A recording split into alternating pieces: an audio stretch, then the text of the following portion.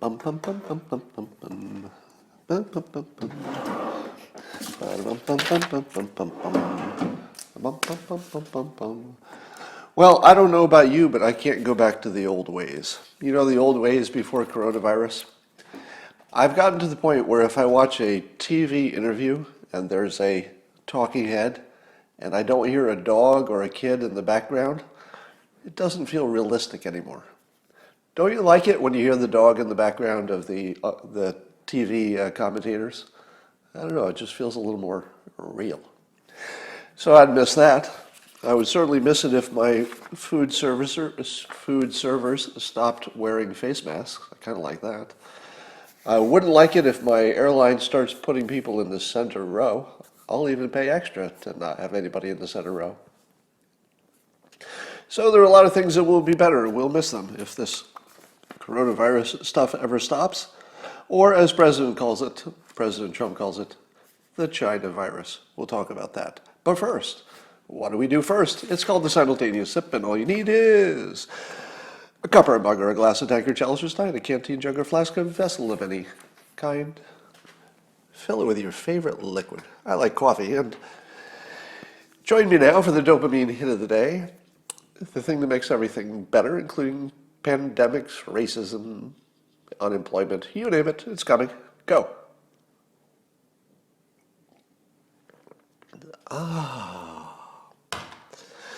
Well, it looks like a lot of baseball players are kneeling for the national anthem. And I saw the pictures, and I know people wanted to say, it's a victory for Black Lives Matter. It's a victory against President Trump. Ah ha ha, we got him now. Did anybody really care? Have you noticed that, was it only a year ago that kneeling, no, it was more than a year ago, that kneeling for a sporting event was a gigantic, big issue? What was it this year? This year, it was the least important thing happening this week. It wasn't even a big story for a Thursday. I mean, it was a story, but did you find yourself caring in any way whatsoever? I don't think I did. I just looked at it and said, looks like everybody's kneeling. So if somebody says they cared, and I'm sure some of you do, but you have the option of turning it off. I haven't watched any of the games with the fake fan noise yet. Is that any good? They probably need to tweak that a little bit. How many of you watched Dr. Fauci throw out the first pitch, if it could be called that? Now, I don't know, I don't want to make fun of Dr. Fauci because, after all, he does not present himself as an athlete. He is a professional in another way, so there's no reason to think that he should be good at baseball. But I don't think I've ever seen anybody who was worse at baseball. If you think I'm exaggerating, you have to watch it. And I will say this in Dr. Fauci's support, because he seems like a nice guy. Like in person, he'd probably be fun. But if you're going to throw a bad first pitch, do it the way he did it. Because his pitch wasn't a bad first pitch. His will be the one that will be shown forever as the worst first pitch anybody ever threw. I think it went closer to first base than home plate, and only about halfway there. I don't know if it rolled all the way to the plate. It was still in bounds when it stopped, I think. So it was by far the worst first pitch you've ever seen in your life. Now, like I said, I would have felt sorry for him if it was just a really bad pitch. But it was so bad that it will be like a highlight loop for the rest of his life. And if you do that, I mean, that just puts it into another category. That's just funny.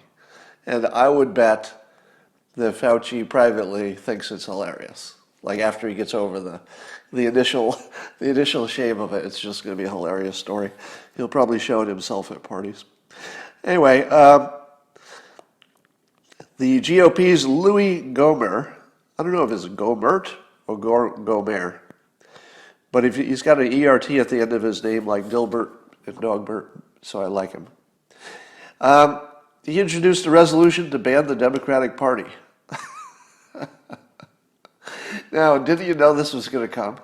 It was obvious. This was brewing. This was going to come.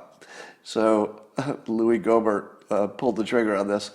And so this is what he introduced. Quote, that any political organization or party that has ever held a public position that supported slavery or the Confederacy shall either change its name or be barred from participation in the House.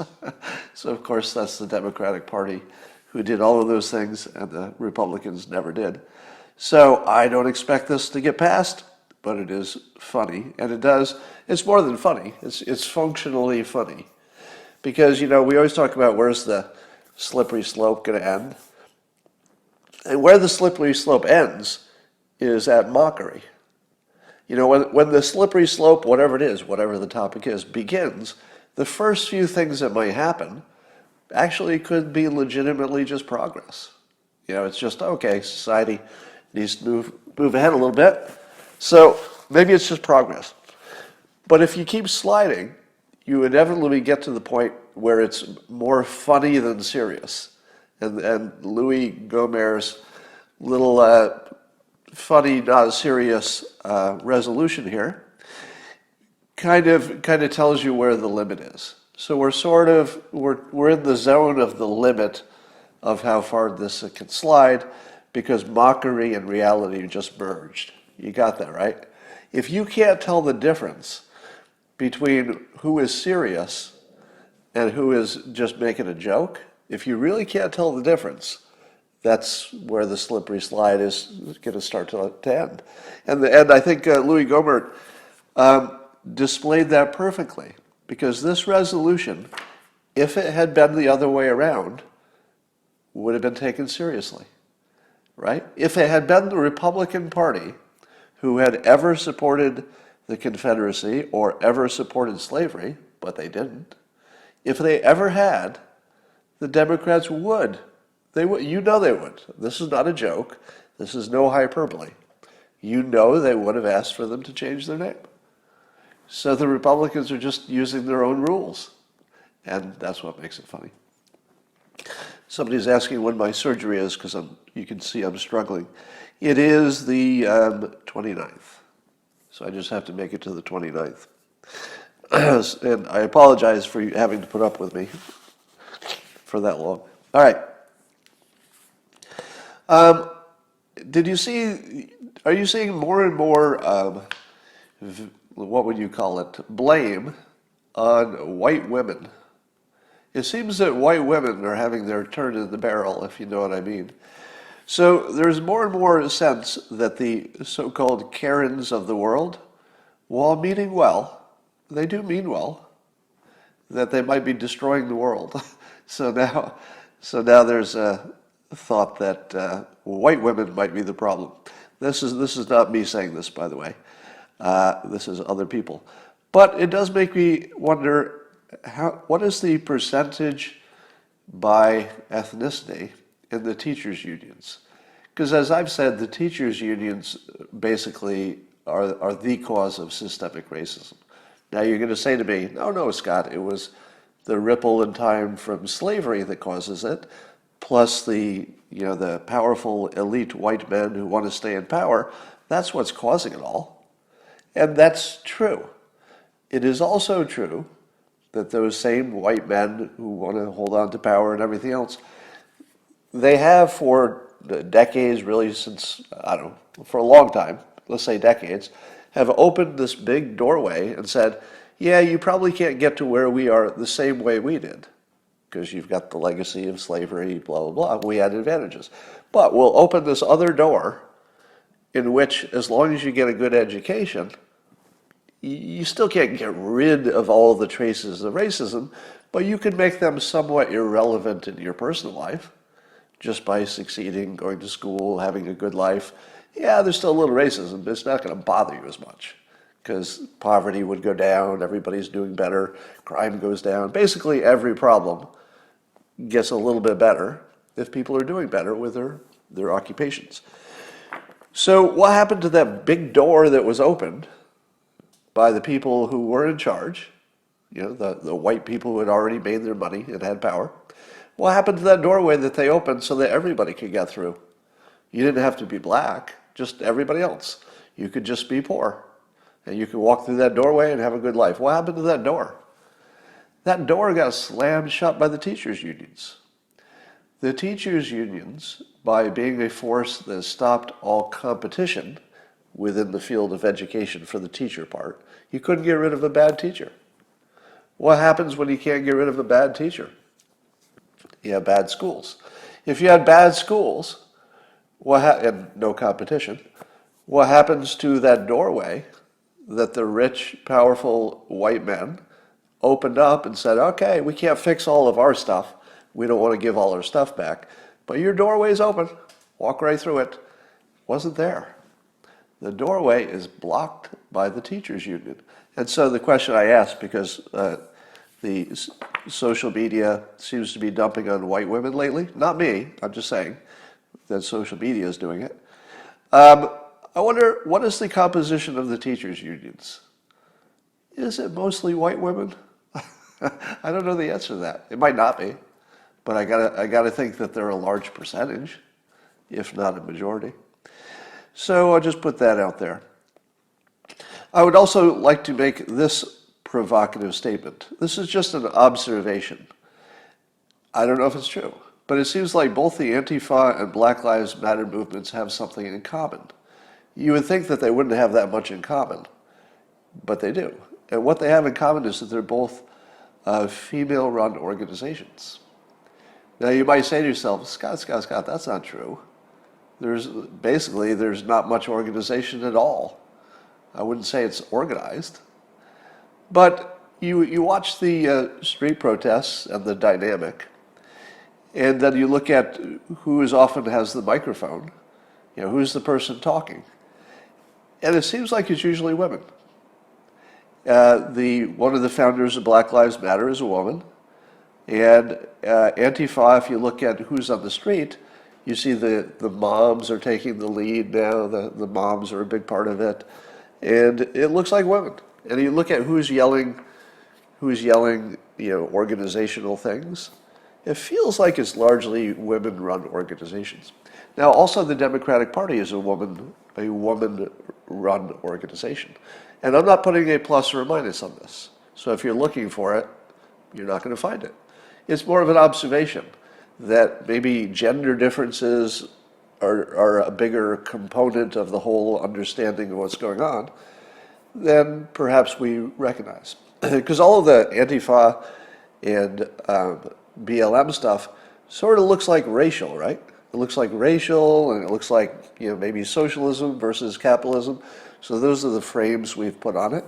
But there is a real big variable about women and empowering women, etc., that's sort of a little less noticeable in the whole thing. But it does seem like women are running the Democratic Party. I don't think you'd disagree with that, right? The Democratic Party has largely become a party either run by women or for the primary interests of women. And again, I'm not saying that's bad, because in our society, women have more value. And when I say women have more value than men, again, that's not an insult to men. It's really just a biological statement that you don't need that many men to perpetuate your species compared to women. So just on a biological level, women are more valuable. So should we be surprised that they want to take as much power in society as they can get? I wouldn't be surprised. So of course they should.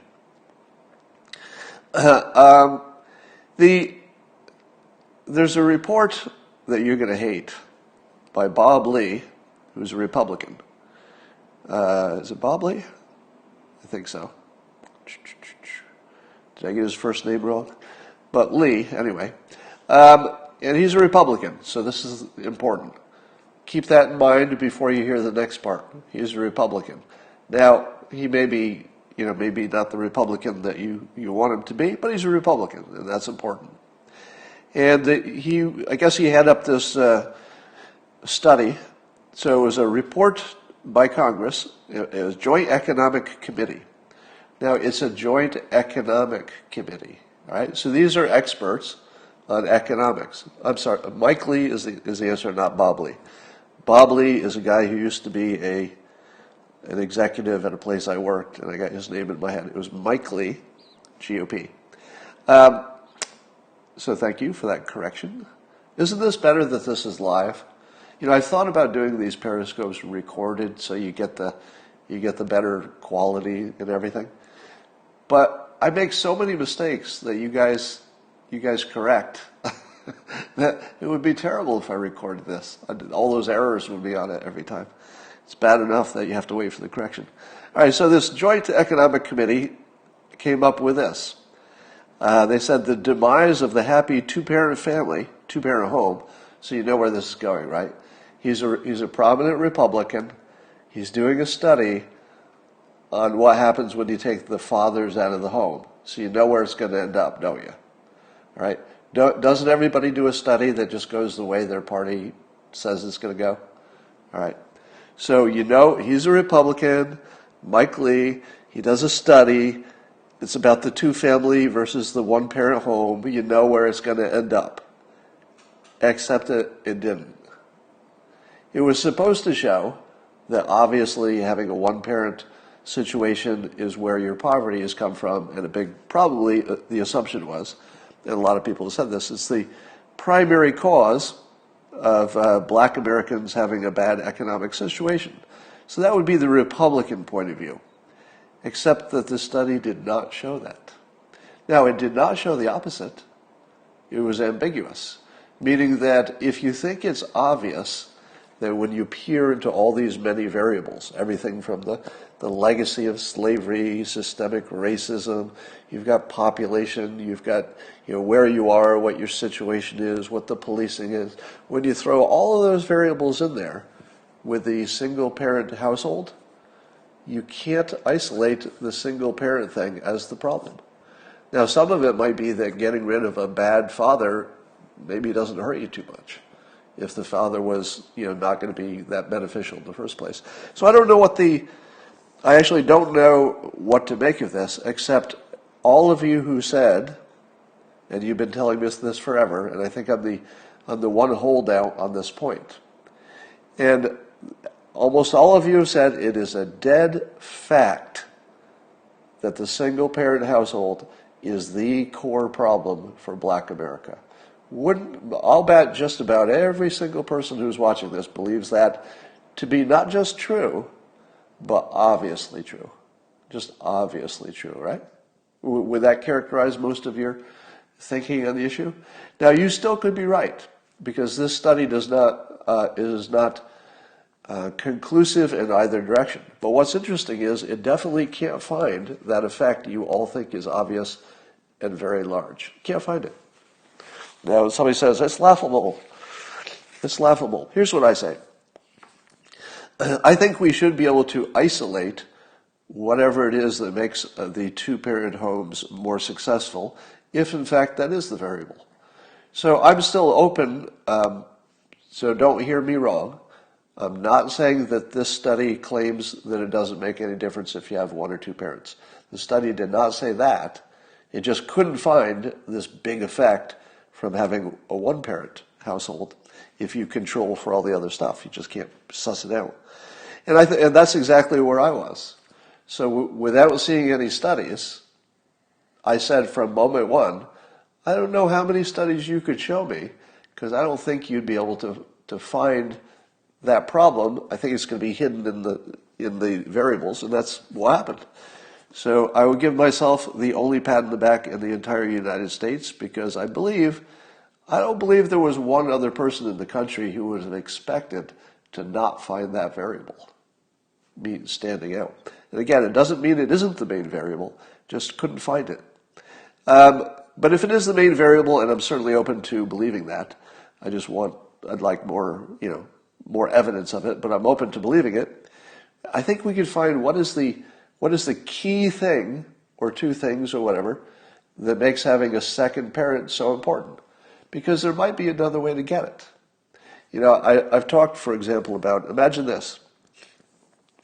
Imagine creating a substitute for the household structure under the understanding that you'd love to have two-family homes, but you just know it's not going to happen. We just don't live in a world where you can want people to stay married and they will. You just can't want it into existence. It's just not going to happen. So if it's not going to happen that you'll have all these two-parent homes, what do? What is the second best thing you can do? Because we're not even really trying the second best thing. But let me just throw out an idea or two. Suppose you had some housing situations. Let's say it's low-income-ish housing. And it's, you know, maybe an apartment situation or a compound or whatever. So everybody's physically close. And then you have a rule that says you have to add in primarily single, maybe they don't have to be, but adult males who have certain professions. So it might be, you say, you have to have living there a policeman, at least one. You have to have living there one doctor, one black lawyer. Well, let's just say it's a black community. And you have to have an engineer. I'm just making this up. So you have to have some good role model adult males. Maybe one of them's a karate coach. Just people who have the mindset of success and the mindset of staying out of trouble and the mindset of, how to follow the rules and get what you want. And you put them in the community and say, okay, these are everybody's dads. So that everybody has a new dad. Actually, you have several of them. Now you got a doctor dad, a cop dad, got an engineer dad, lawyer dad, and these are all your dads. And the deal would be that they would act like it. They would actually get to know the kids, and they would be sort of a force for good. You're the single mom, and you can't get your 14-year-old kid to do what you want. Because your 14-year-old kid is bigger than you, right? You're a single mom. Your 14-year-old male son won't do what you want. What do? Well, that's when you call cop dad, doctor dad, psychologist dad, lawyer dad, and have them come over and have them talk to your 14-year-old son because they're bigger than your kid. And sometimes, and you know this if you're male, right? And every male knows this. Sometimes men need to be put in their place. Because men, just the way we're organized, our egos and our bad behavior will just grow like a goldfish in a bigger and bigger bowl. If nothing stops us, we'll do some bad stuff. Not every person, right? You're awesome. I know you won't.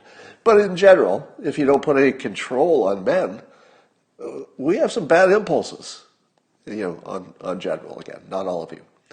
So you could imagine finding the thing that works and re-engineering a situation, but nobody's working on that. I'm amazed that even today we cannot agree on whether the Sweden model for coronavirus was the right one or the wrong one. Can you believe that? That even today there is still a debate. Did Sweden do it right or did they do it wrong? Meaning that they didn't close down as aggressively, but they did have higher than normal deaths. So I was just watching one of the Swedish experts saying, well, there's no proof this wasn't the right way because it's not over yet. It's not over yet. I believe that you cannot figure out what was the right thing to do and what was the wrong.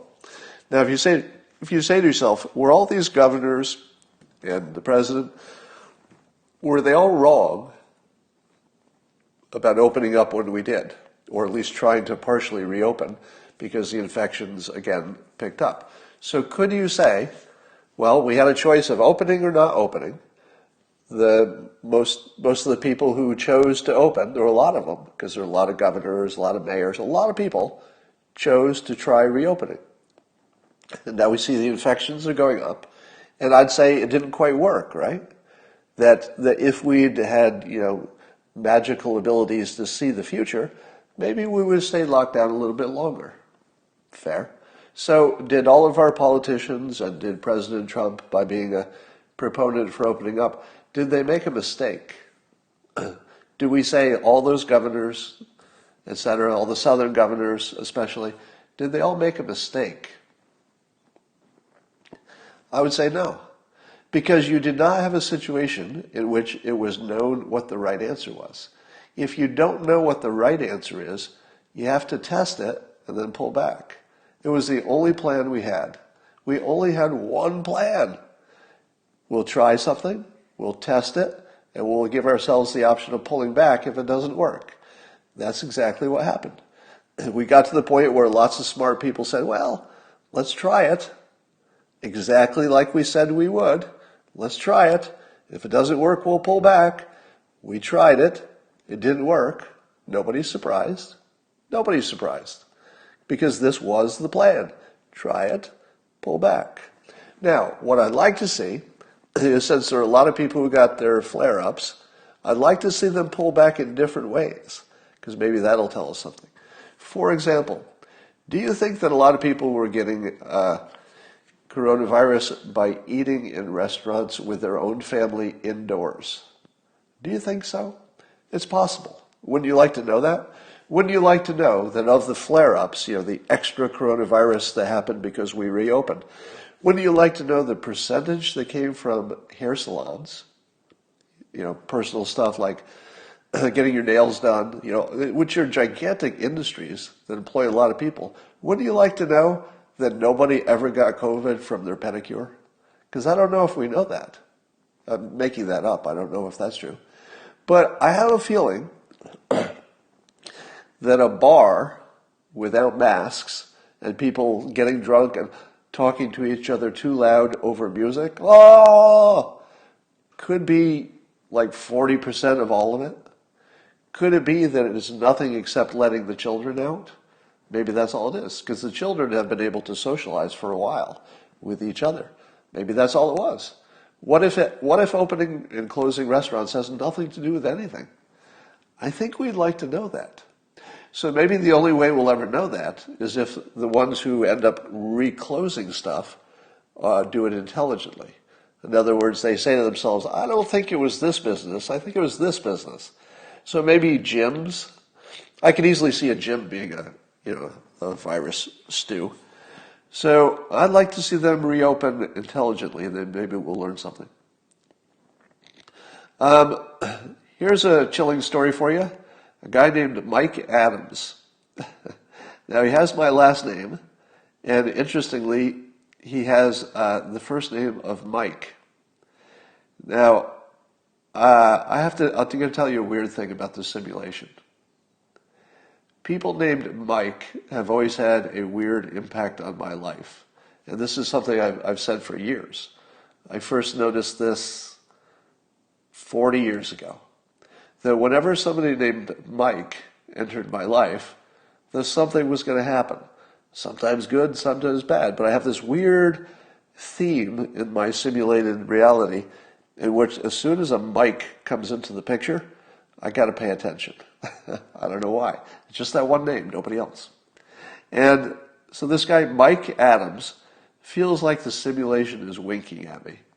Now, what would it be about this Mike Adams, that I don't know, no relation, that would be winking at me from the simulation? And here's the story. He is a recently retired professor. And when I say recently, meaning just last month. So he retired, and he was the subject of controversy for his tweets. He had written a book about political incorrectness. So he was one of these intentional political incorrect guys. That was sort of his thing, is that he was known for, he was an author for. He was sort of a Bill Maher in just that limited sense of being politically incorrect intentionally as part of his deal. So let me tell you the two tweets for which he was forced to retire early. And there's a punchline coming to this story, so wait till the end. He had two tweets that were considered vile and inexcusable by the faculty of the place that the UNCW. And here are his tweets. He said, talking about the shutdowns on May 28th, he tweeted, "Don't shut down the universities, shut down the non-essential majors, like women's studies." Now, do you get fired for humorously but not humorously, meaning he actually means this, for having an opinion that women's studies is not a, quote, essential major? Now, of course, he's just joking. He doesn't actually mean this, but he is making he's making a distinction between a women's study major versus, let's say, an engineering degree. Is that unfair? Really? Is that unfair to say that some majors are more valuable than others? Here's the other thing that he got in trouble for. And let me ask you if this sounds racist to you or just politically incorrect. He said, quote, in a tweet, "This evening I ate pizza and drank beer with 6 guys at a 6-seat tabletop. I almost felt like a free man who was not living in the slave state of North Carolina. Massa Cooper," now he's using a funny name in his opinion for the governor of his state, Roy Cooper. He goes, "Massa Cooper, let my people go."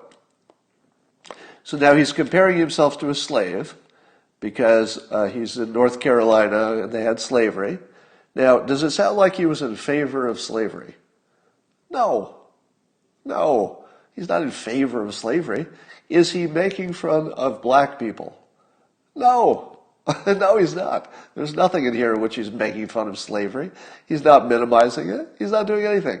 He's making a politically incorrect joke that you're supposed to go, oh, I don't know if he can say that. But then you look at it, you go, okay, there's no actual content that is, that would be worrisome. It's not racist content. He's just making a joke that makes you a little uncomfortable because you're not supposed to joke about stuff. So those two were considered vile. I would point out that neither of them seemed to have bad intentions. They were just his opinions. And he got retired for it. So a month after he was the most politically incorrect guy, he was found dead. So how many people die naturally a month after they're forced to retire with lots and lots of enemies? Yeah. Now, we don't know the cause of death.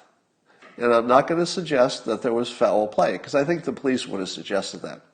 So I don't know that there's any evidence of foul play. It feels like we would have heard it if there were. But why is the guy with the name that the simulation uses to wink at me, with my last name, Mike Adams, why is he in a situation exactly like me, which is he's had good intentions, but he occasionally says things which are politically incorrect and makes other people mad even though they shouldn't be. And then he was found dead at his home. I feel like the simulation is giving me a warning, don't you think? He's giving me a warning. Here's a little story that was in the headlines by a fellow you've heard of, Charlamagne the Racist. Have you ever heard of him? He's a radio personality. African American. He used to be called Charlamagne Tha God, but I've renamed him this morning based on his comments. So I'm renaming him Charlamagne the Racist. So here's the racist thing he said. He was talking about Joe Biden and Joe Biden's comment that that Trump was the first racist president. Well, if you're Joe Biden and you're trying to get the black vote, one thing you probably should not say is that Trump is the first racist president, whereas Charlamagne the Racist points out that there were 12 presidents before him who owned slaves. Now, oh wait, I'm not allowed to laugh because the topic is slavery. So I guess it's still too soon. But I'm going to laugh anyway, so I'll be found dead in my house in a month, I'm sure. Just like Mike Adams. So were there 12? Were there 12 presidents who owned slaves? That seems like too many, right? Or maybe their families did or something. 12 sounds like too many, but it was a big number. Certainly noteworthy. So the point is the same, even if the 12 is slightly off. But here's what Charlamagne the Racist said, and I'll quote him. He said, "Old white male leadership has failed America." So right there, you're a racist. All right, I don't even need to read the rest of it. So that's just a flat, plain, bald-faced racist statement. And so now, he's a racist. And he goes on, he says, "There is nothing worse than an old white male," this isn't getting better, who can't recognize the faults and flaws of other old white males. So there are two ways to be a bad old white male. One is to just be a bad old white male, and the other is to be a bad old white male who doesn't recognize how bad the other old white males are, which makes you an even worse bad white male. Pretty racist. Pretty racist. On a scale of 1 to 10, where would you put this as a racist statement? It's a 10, right? This isn't a 9. This isn't slightly non-racist. This isn't, it's a matter of opinion. This isn't, well, you could look at this differently. This isn't anything but complete, unambiguous racism. And then he goes on, racism is the American way. Well, that's true. So that's a fair statement. Donald Trump, and I say it's a fair statement because we have pattern recognition brains, and racism isn't something you could ever completely get rid of because we're not good at pattern recognition, and it's our normal operating system. So when he says it's the American way, I don't think he says it's endorsed by America exactly, but it's certainly universal. He said Donald Trump is not the first and sadly won't be the last, right? He's just more overt with his racism than most presidents in recent times. I would argue that is confirmation bias, but that's not the argument for today. Here's my point, Charlamagne the racist. Do you think that Bill Clinton is an old white man who's terrible? Because I think he was considered the first black president, wasn't he? Bill Clinton. How about Chuck Schumer? Is he an old white man who's doing nothing for you? He's on your team. How about all the other old white men on the Democratic Party? They're all racist too? They're all not doing the job? How about Bernie Sanders? Is Bernie Sanders an old white man who's the worst of the worst because he doesn't know how bad the other old white men are? Or is he just a regular bad old white man, not the one who's extra worse because he doesn't know how bad he is? And it'll be amazing because Charlamagne the racist will completely get away with this, meaning that there will be no blowback whatsoever because nobody cares what I say. But it's kind of a sign of the times. And Charlamagne's thinking that Biden's basically just blowing it and he's not going to get any black people to vote for him and that would be bad, I guess. So I think he's right about that. So he's a racist, but he is correct in his points, I would say. I think it's funnier and funnier that the Chinese consulate in Houston was closed for being, I guess, a den of spies. And the question was asked why Houston? And I guess they were the worst. But it makes me ask this question. If they closed the Houston consulate because they were the worst of the places that China was using as their spy center where they're stealing intellectual property, doesn't that mean that you also know the other Chinese consulates were also involved in the same thing, but they weren't quite as bad? What? Shouldn't they all go? Or are we just starting with the first one to see if it changes any behavior? Well, what's happening with that? All right, somebody says NASA is in Houston, and that might be why. Could be. Although, I don't know if you need to be in person to steal stuff, but these days, could be. And on the same point, when Trump was doing his press thing, he said this, and he was a little bit cryptic, so we're going to have to interpret this. He said that he was less interested in the China deal now. Apparently they've bought a lot of our corn recently, and that's good. But corn doesn't tell you the whole story. It's just one product. And I don't know who they're feeding that corn to, but they bought a lot of corn. And so Trump said he's less interested in the China deal now, and he sort of just looked at the public and said, you understand that, right? Now, you understand means you're supposed to fill in the blanks why he's less interested in the China deal. Why is he less interested in the China deal? Well, the answer is that he's decided to decouple, and that doing business with China doesn't appear like it's an option, because China has apparently made it so clear that no matter how good your intentions were for how long, you can no longer ignore the fact that they were not looking for a win-win situation. They were not into the whole capitalism thing where you win, I win, we both get richer, we both buy some more stuff. Hey, look at us, we're both doing good. That they don't have that system in mind. They have a system of Chinese dominance, which they apparently want to get to through, among other things, stealing our intellectual property, because for reasons that are unclear, they can't do it themselves. Now, some of it might be that it's just always good to steal the other people's stuff. You know, if you're in a spy situation, maybe anything that they learn from the other country is good. But what is it that makes China unable to innovate as quickly as us? Why is that? Because Japan does, right?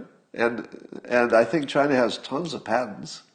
So is there something that stops China from just making their own IP? I don't know. Could be their system.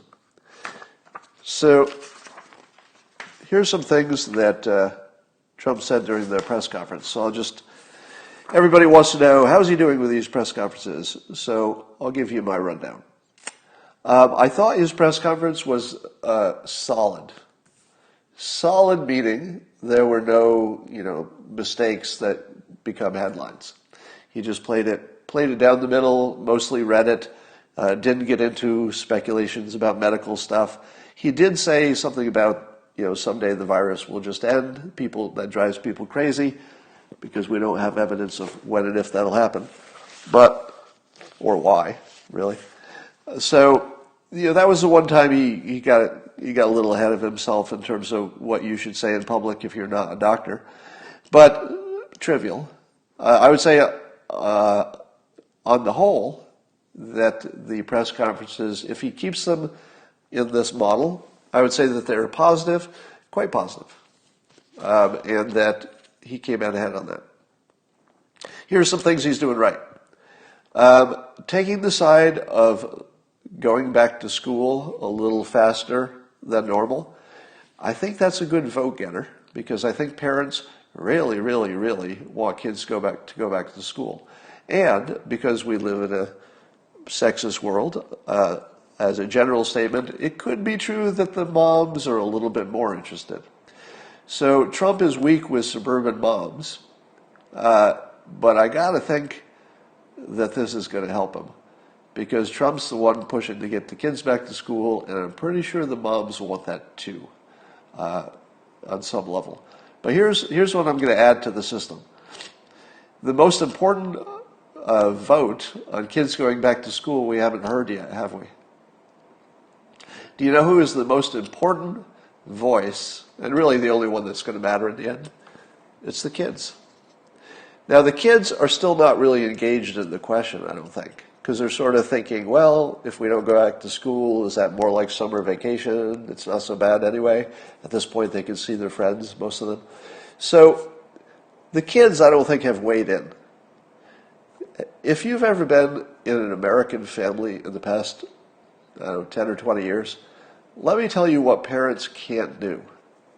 They can't put up with their kids being unhappy for too long. If the kids started organizing, and I'm kind of wondering if it might happen, if kids started organizing to demand something like regular school instead of homeschool, I think they would get it. Because I don't think parents can ignore their kids if their kids want something badly enough and they have an argument for it. And they would have an argument, the same argument the president's making. So that's a wild card that may stay dormant. It may be that the kids never organize. But they have social media. The kids have social media. It would take one kid to simply put together some viral content and say, hey, who's with me? Retweet this or like my message if you think kids should go back to school and not do remote learning. What would happen if you got 40 million kids? I think there are 50 million of them at risk here. What happens if you give 40 million kids to lobby their parents to go back to school? They go back to school. They would go back to school. You don't know how powerful children are. The only thing that keeps children from running the whole frickin' country is that they don't know they can. If they knew they could, they'd probably do it. They just don't know they can. Now, I'm exaggerating a little bit, but on a question that's directly about children, and the science is pretty much on the side of the children. It would be a lot like climate change, because they would be taking the side with science. If the kids are willing to take the side of science with climate change, and there's a whole debate about whether the science is right, but I'm ignoring that for the moment. If they take the side of the consensus of science, the kids are going to say, take us back to school. And I think that's a wild card. All right. And I think Trump is doing a good job of balancing the risks. The one thing I'd like him to say more about is protecting the teachers. He does say we'll do what we need to do to protect the teachers, but I think he could put a little more caring into the fact that teachers will die. Teachers will die when kids go back to school. We don't want it, of course, but I don't know that it would be more teachers dying than they would from regular flu, if you want to put it in that perspective. So I'll give the president an A for his press conference. I thought it was solid. Didn't produce any negative news of note. In fact, when I looked at CNN just to have my morning laugh, and I'm serious about this, my morning laugh is to look at CNN and see what the most ridiculous of their punditry says, because it's always good. And I thought, okay, I watched this press conference. Trump did a good, solid job, and he hit every note that his critics asked him to hit. He was he was taking it serious, which is what the press conference gives you. He was saying, I think, reasonable things. He was compatible with science. He really hit all the notes. He said wear a mask. He said it's going to get worse. He's not underplaying it. All the things his critics wanted him to do, he did. And what did they say about it? Well, it's not just about the tone and the message. And I couldn't even read the article because it was funny just on its. I'm not going to read whatever weird criticism they can concoct from a guy that they admit just did exactly what they wanted him to do. So that was pretty weak.